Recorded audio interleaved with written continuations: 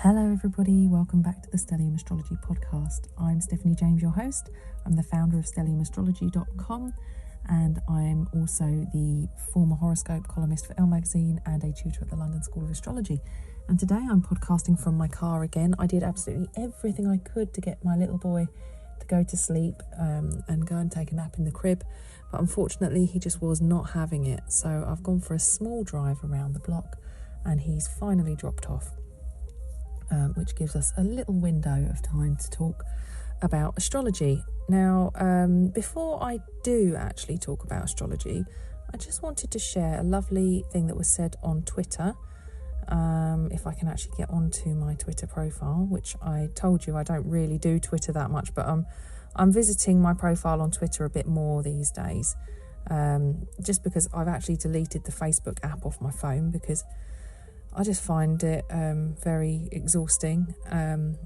It's a bit, a bit stressful and a bit exhausting. Facebook. I don't know why. It just is for me. So yes, I've got Rebecca, not Becky, tweeted and said, "I need to go back to episode 1 and start taking notes. The way she explains things resonates with how I learn. I love listening to these Sinistry episodes of Stellium Astro. I'm learning a lot about my own placements when I recognise them." And then she shared a link to the podcast. So I just wanted to say thank you, Rebecca, not Becky. And that's the interesting thing about Sinistry. You do learn a lot about yourself through looking at your relationship with other people. And sometimes, I know that there were things that I used to say about people, like I'd criticise certain things about people. And even when I started doing astrology, I'd moan about a certain aspect or placement. And then I'd realise that I had it myself, It's very easy to sort of project these things without realising. One of the funny things was I used to say, and it's not the case anymore, obviously, because I've realised what's going on here. But I used to say, Aquarius women just really get on my nerves. I find them so rude and so pushy. Like, I don't find it with the men, it's mostly the women. Now, it's funny that I would be that specific.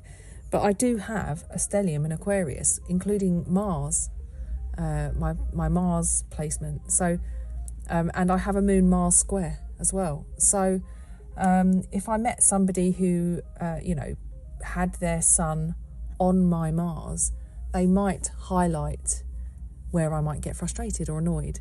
And it would also be square my Moon. It's slightly wide, but it's still square my Moon. So it would be emotionally triggering for me too, but potentially also it might highlight that it's something that I project onto women, and actually maybe it's my own frustrations, my own anger issues, my own irritation, which I can place onto women. If it was a man who had that placement, the sun on my Mars, which I did actually go out with a guy who had his sun on my Mars, it's a different type of feeling. Not necessarily for everybody. For myself personally, what I've observed is a different type of feeling because it kind of highlights that other aspect of Mars, that attraction, that spark. And the square is always about addressing that friction that is caused by the square.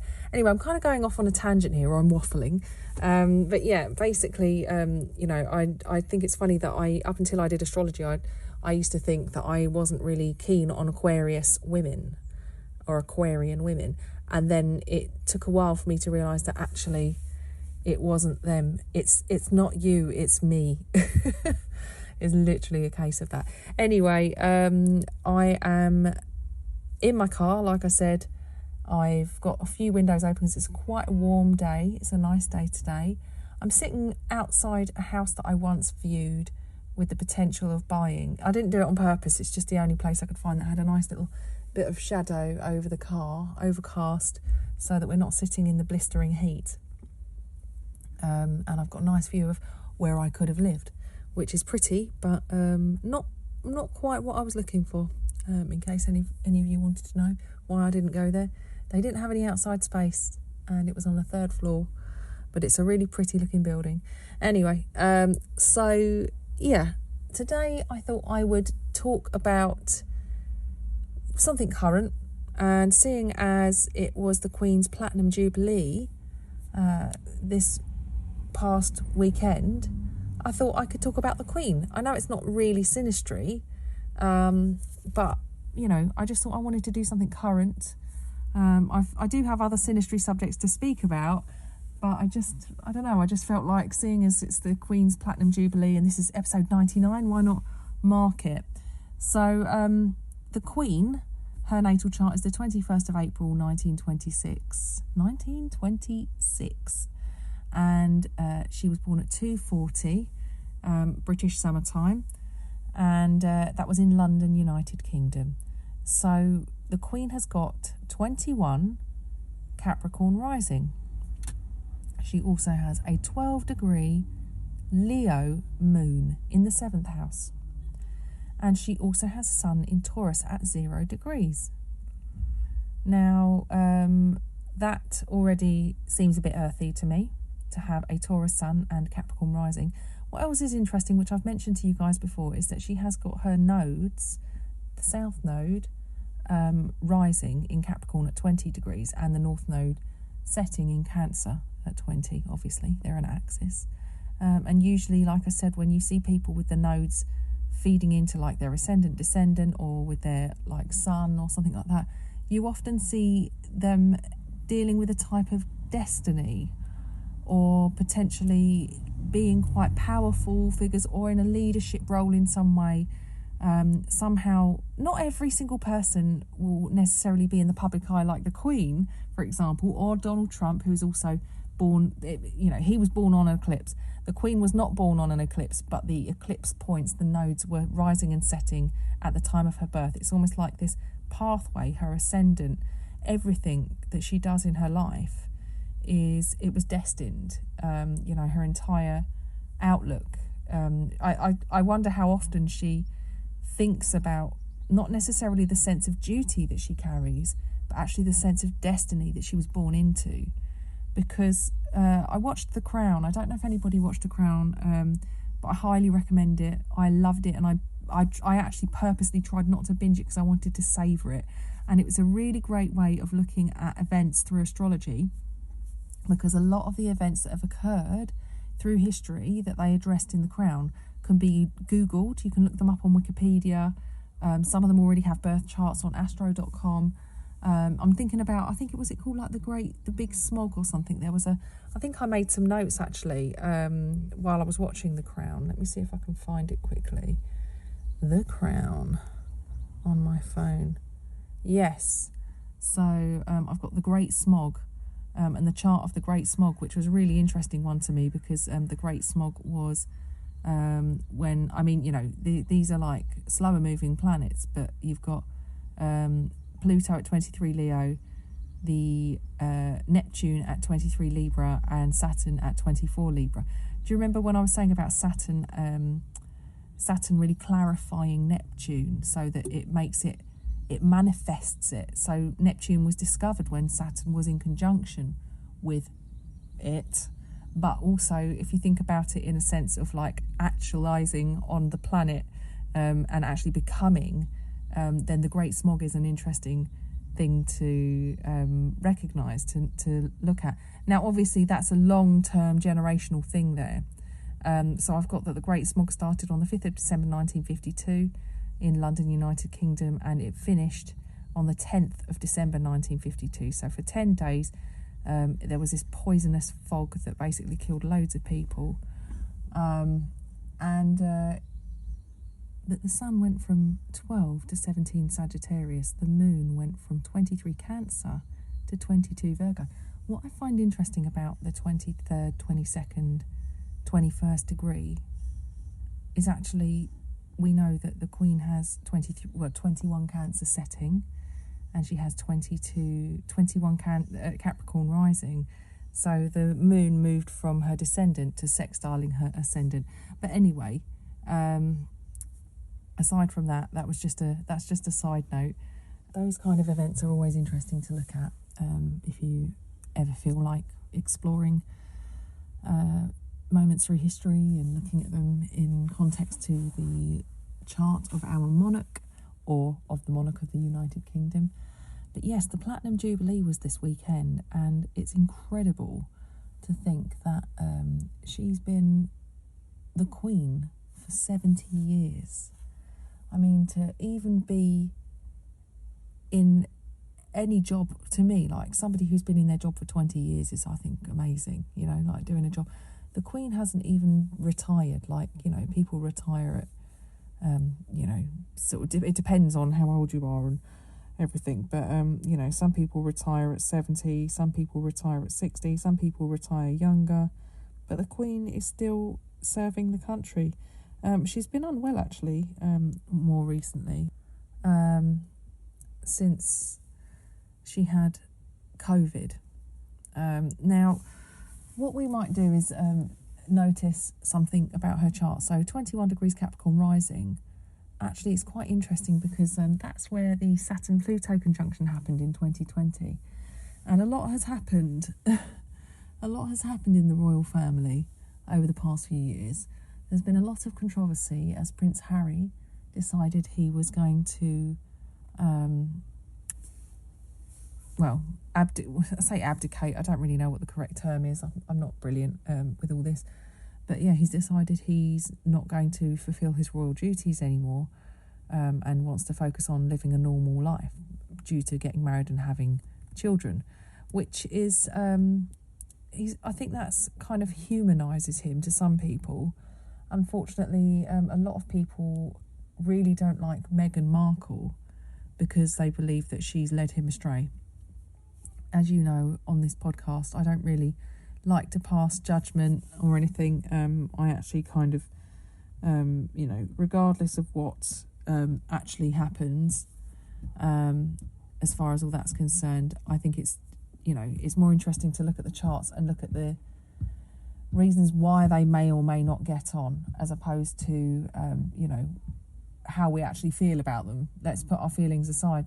But yeah, so Meghan Markle is one who has caused great disruption to the course of history in the British monarchy. It's very interesting. And she's got an interesting chart too. I'm not sure if I've actually got it saved on my phone. Let me have a quick look and see. I think I might have, I probably do, because I look at her, she's got an interesting, I've looked at her chart before plenty of times, but she's got an interesting chart as far as Lilith is concerned, I think, personally. Not sure if you can hear the dog barking, but yeah, so anyway, the other thing that's really interesting about the Queen's chart is she's got her midheaven at 25 Scorpio, and she actually has Saturn on her midheaven at 24. So she has got the ruler of her chart ruler, the ruler of her south node, sitting on her midheaven. So this means that if she's born into this sense of destiny, I was saying this to my partner the other day. I was saying she wasn't ever brought up believing she was going to be the Queen. You know, she I think it was her uncle who abdicated from the throne, and then her father became king, and then her father died sadly, and the crown went to her as the oldest daughter, who also had this incredible chart which looks like quite a fated chart actually. It's very interesting. So yeah, it's worth having a look at, especially with the fact that she's got that regal 7th house moon in Leo. So it's like she is, the leader, this very royal Leo figure. But her moon's in the 7th house, which therefore makes it for the people. It's almost you'd say the 6th house and the 12th house are service houses. But when it comes to, if you think about her role in the public eye, it's actually a very, It's a very other person orientated moon. So it's a kind of, you could say it's very service orientated. It's for others. And yes, that Saturn on the midheaven is a very heavy cross to bear. That's a very, anyone who's got Saturn on the midheaven will agree that it's a heavy responsibility that they carry, and they probably carried it from a very young age. They'll have witnessed a parent, or an authority figure, a guardian of some description, who is very responsible, and then they are aware that not only is our midheaven an area where we aspire to be, that we see the qualities in others that we aspire to, but we anticipate that is what our role in the world is going to be, whether or not we actually are willingly seeking out those areas of experience, or whether or not we actually are kind of, it's what's the word, not bestowed upon us, but it's kind of imposed upon us. I think that's what I'm trying to say. And in her case, definitely I would say that the crown was imposed upon her. But there is, with an abdication, with her father passing away, and with her getting the crown at such a young age. And I think we do have the coronation chart. Select. I believe she was already the queen, really. She did the job for a few years before she actually, I think I've got it written down somewhere as well. She was 27 years old, it says here. So her coronation was at 11:15 a.m. according to one source. What have I got here? Yes. But I think she was already, I think her father passed away long before. I've got King dies, but I haven't written down when he died. But yeah, he died, I think, a few years before. So it's interesting because actually the coronation is a little bit more like, let's have a quick look, a little bit more like closer to the age of having a Saturn return. So let's move that there. Let's have a look at that. So the Queen's coronation, where's Saturn? I remember looking, I think it's not quite her Saturn return. Yeah, that's right. Yep, so it's Saturn's at 20 Libra, and her natal Saturn's at 24 Scorpio. So it's not quite her Saturn return, the coronation chart, but it is, on the approach. Interestingly, transiting Chiron is on her south node at the time of the coronation, and transiting Venus is on her Chiron as well, and Venus is her ruling planet, the ruler of her sun, because she's got sun in Taurus. So that's an interesting. Chiron is definitely one about sort of generational sort of inheritance, like a kind of ancestral inheritance, and she did inherit this crown, and it's very interesting because there were points in history where she was a woman in charge of a lot of men when the world was not that way inclined to accept leadership from a female. And she's gone from ruling the country through almost like the dark ages of equality, and, some clearly very dark ages of equality where there's an awful lot. There's been so much as far as like consciousness and evolution is concerned. Not just through like an evolution of technology and the way that we speak and the things that we do, but also the way that we understand humanity and each other. So it's a very interesting. She must have seen, and I mean, my grandmother, she was born in 1925, so the Queen is 1926. It's an interesting thing because they were both very similar ages, and my grandmother was very regal in her just her whole kind of demeanour. She's very elegant. We used to call her one of my friends used to call her Glamour Nana because she was just very glamorous. She always wore very smart clothes. She always did her hair and makeup, and we used to joke she was a bit like the Queen. But they're very close together in age, and I talked to my nonna, and she would tell me so much about what she grew up, how things used to be, the fact that they couldn't, just imagine going to war and not being able to send a text to the person who you love who's gone to serve in the war. You just have to hope that they were okay and never know if you're ever going to see them again. I know that lots of people go off and fight wars and stuff, and they go off with that understanding that they may not see that person again. But there's a real sense of And it was just like, it wasn't just that. It was like people got separated and sent to different parts of the country because, London was getting bombed all the time, so they had to go to other parts of the country to be safe. So even then you'd be separated from your family and not know if you're going to see people. It's just such a horrible thing to have to live through, and just amazing to think of how different technology is now, that even with the pandemic that we've all gone through recently, we've actually had the luxury of using something like Zoom or, texting, WhatsApp. Like, you were in touch with people all the time, even though you were physically separated from your loved ones. You still had that ability to be in touch, which the only way they could be in touch was through post, Royal Mail, telegrams, that kind of thing. So to witness the evolution of technology, of communication, transport, and then through that also attitudes, language, what's acceptable to say, the conscience behind communication, the consciousness behind the conscience, is fascinating to me, from an anthropological perspective as well, to see how things have changed. And, it's just watching The Crown was very interesting to me. And, whether you love the monarchy or you hate the monarchy, or if you're impartial, looking at her chart is very interesting, because she's got a very compassionate Pisces, Venus in Pisces, which is her ruler of her sun in Taurus. She's also got Uranus in Pisces at 27 Pisces, actually.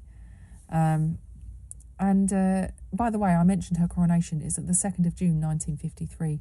If anyone's interested in having a look at that chart, the sun was at 11 Gemini. The moon was at 11 Aquarius. How interesting that they're trine. And the midheaven was at 16 Taurus, which is currently where Uranus is at the moment, which is interesting that the Jubilee celebrations would be occurring when she's got Uranus on her midheaven, and on the coronation midheaven that she's had, which is interesting because her coronation midheaven may describe where she started her journey. And if we look at the fact that Uranus is in Pisces at the time, she's served almost an entire it must have gone past her midheaven earlier on. Yes, because it's opposite at the moment, isn't it? So, oh no, it's on it. Oh, come on, Stephanie. Anyway, so regardless of all of that, it's just an interesting thing to look at the coronation chart, because actually not only has the Queen's personal chart been hit by the Saturn-Pluto-Jupiter conjunction in January 2020, and all of the horrible things that have occurred, like all the revelations about Prince Andrew, and the fact that, yes, he didn't actually, for those of you who are or are not aware, Prince Andrew was involved in a scandal where an underage, he's said to be partying with underage girls and whatever else he's been doing with Jeffrey Epstein, who was murdered or died in prison, murdered in prison, was never able to really fulfill his sentence. Many believe that he was murdered to protect the secrets from coming out, because of the kind of people that he used to mix with and procure young ladies for. And I think Ghislaine Maxwell was, I think she was, I can't remember what happened now, I think she was sentenced as well, so she didn't get away with her crimes, and as a result Prince Andrew was then suddenly thrust into the limelight with his connections with Ghislaine and also with Prince Andrew. There's a very, with Jeffrey Epstein, there's a very interesting behaviour panel interview on Prince Andrew on YouTube. Really interesting, and you should watch it if you can. He sits there with his legs crossed, but where the camera's panned out, you can actually see his knee, his one knee is crossed over the other knee, so his leg is balanced, and you can see his pulse beating, so his leg is moving with his pulse rate. And one of the body language experts actually calculated how fast his pulse was actually going during this interview, because it was an indicator for whether or not he was under stress or feeling panicked. And there were a number of things that were quite revealing. It was a very interesting interview, and worth definitely checking out if you're interested in body language analysis, if you're interested in what happened with Prince Andrew, or if you're just generally interested in what I'm saying at the moment with no real prior knowledge or understanding of what's occurred. But yes, so Prince Andrew's eventually, quite recently, decided to pay this girl off. I can't remember her name now, it's really annoying. But she's been paid off, I think it was something like £14 million, something like that she's been paid off, silenced essentially, so she won't continue to pursue this legal case against essentially the royal family. And obviously Prince Andrew has brought great shame upon the royal family for what's occurred. And you don't pay somebody off unless, I mean, as everybody said, and myself included have said, as far as that's concerned, it's been an admission of guilt, really, that Prince Andrew would have paid off this girl in order to silence her. If he wasn't guilty, then there would be nothing to hide, would there, really? So that's quite interesting. So that's happened. We've had Prince Harry no longer being a member of the royal family. He's no longer Prince Harry.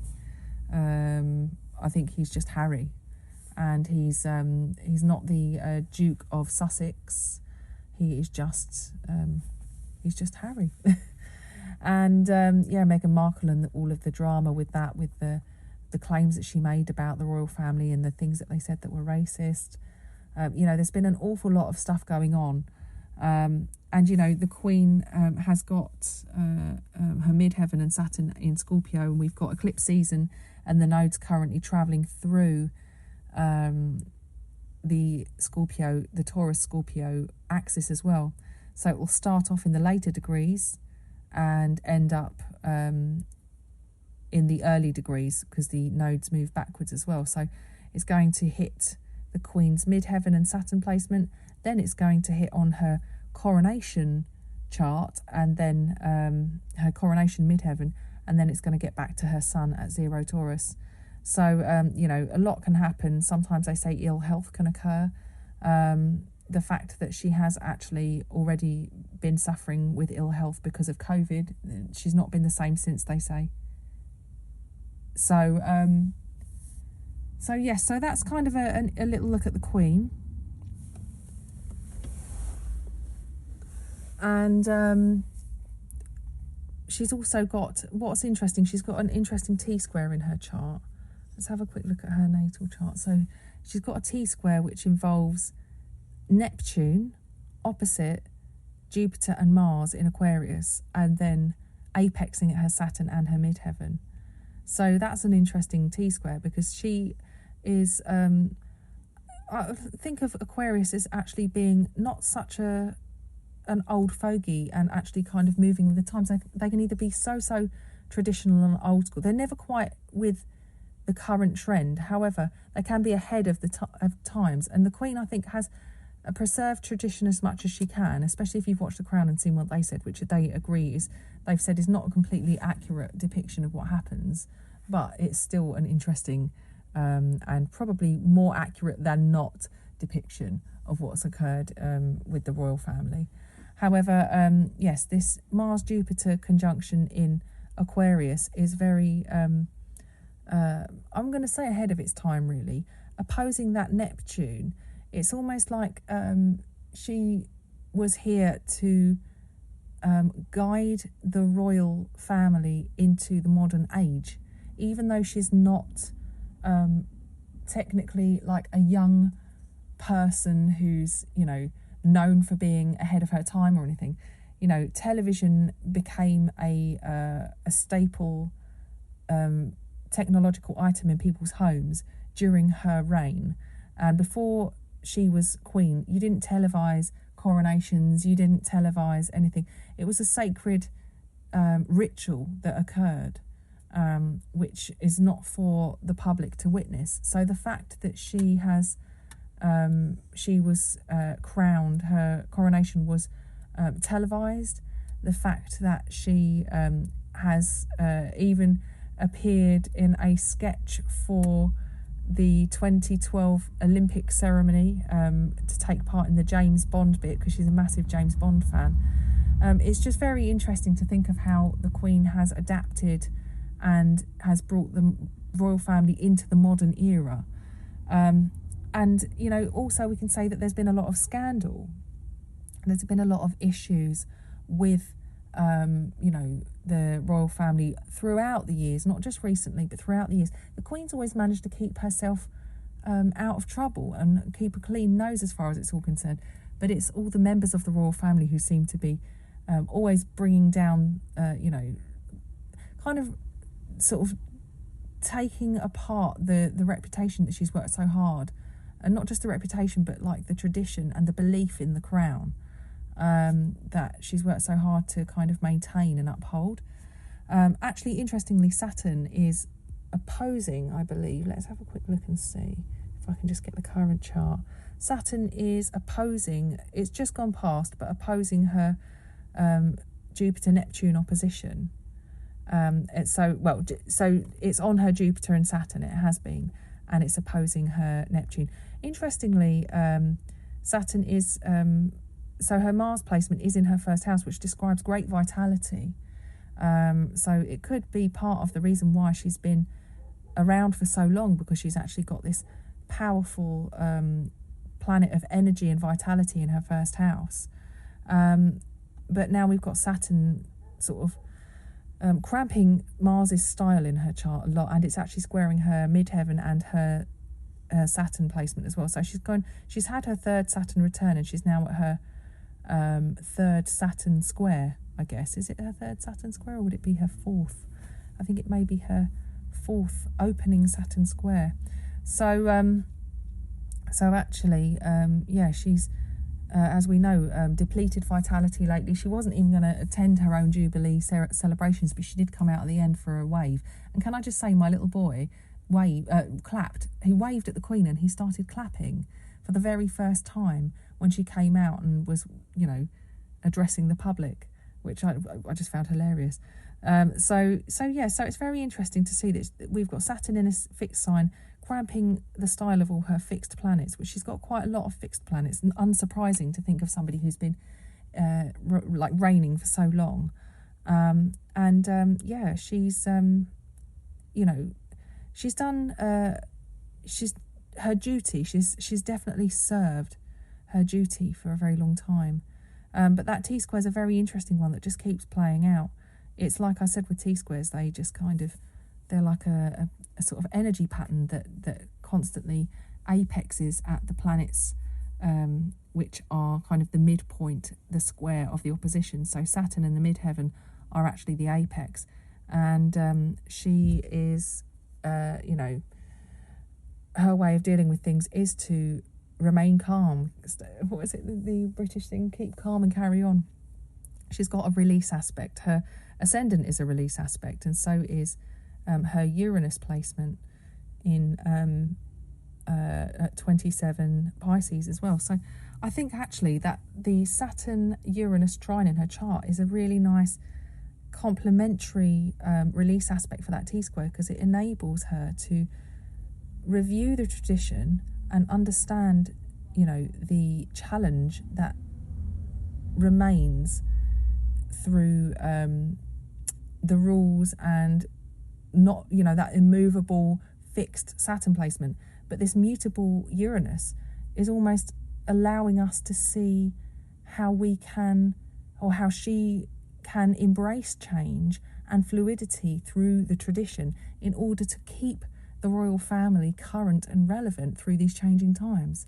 Anyway, that's just a little look at her chart. I thought I'd, you know, just have a quick peek during this, you know, this historical time, and just to point out to you guys that Meghan Markle, her chart, she has got her sun on the Queen's moon. So her chart is 4th of August 1981 at 4:46 at Canoga Park in California. And yeah, she's got sun in Leo in her first house, because she has 24 Cancer rising. So actually her ascendant is on the Queen's descendant, which is interesting as well.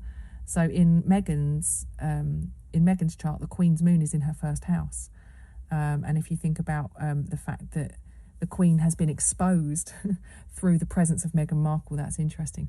And yes, and Meghan Markle's moon is in Libra. She's got a moon, Saturn and Jupiter conjunction. She's got a Libra stellium, so moon, Saturn, Jupiter, and then Pluto at 21 degrees of Libra, squaring the Queen's ascendant and descendant, that Pluto, so, and very elevated in the Queen's chart, though that Pluto is very low down in Meghan's chart. It's on the icy, well, say on the icy, it's on the cusp of the 4th house.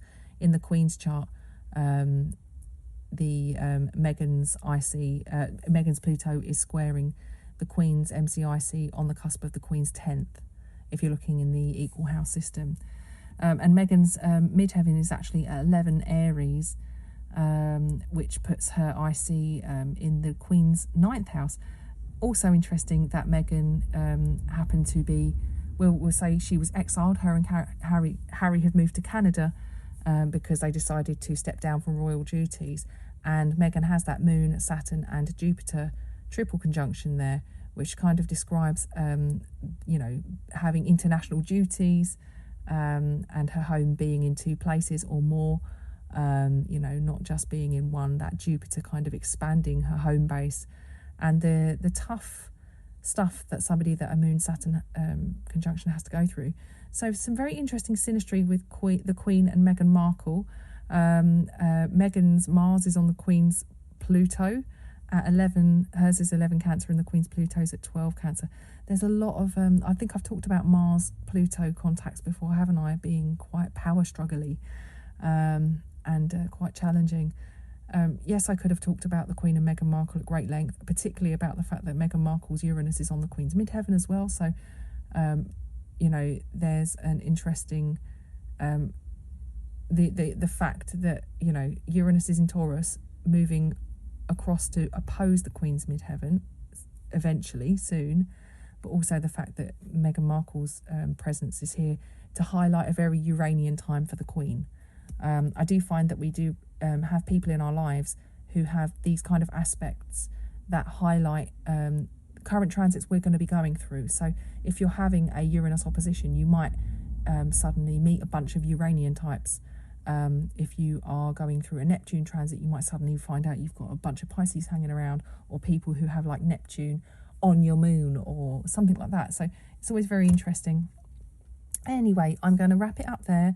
If you're enjoying the podcast, don't forget to subscribe on YouTube. I've got a YouTube channel, and if you hit the notification bell, you'll know when we've got new episodes coming out. If you want to screenshot and email me, Stephanie@stelliumastrology.com, you can be entered into a draw towards the end of the year to get a Magic of I diary, astrological almanac. Next week is the 100th episode, which is extremely exciting. I can't believe we've hit number 100, and I will continue after next week's episode, which is a special one-off episode, and with that I will do continue with some of the synastry episodes. What else do I have to say to you? Yeah, don't forget to review the podcast if you're listening on Spotify or Apple Podcasts, and I think that's everything. I think that's all I've got to say for today.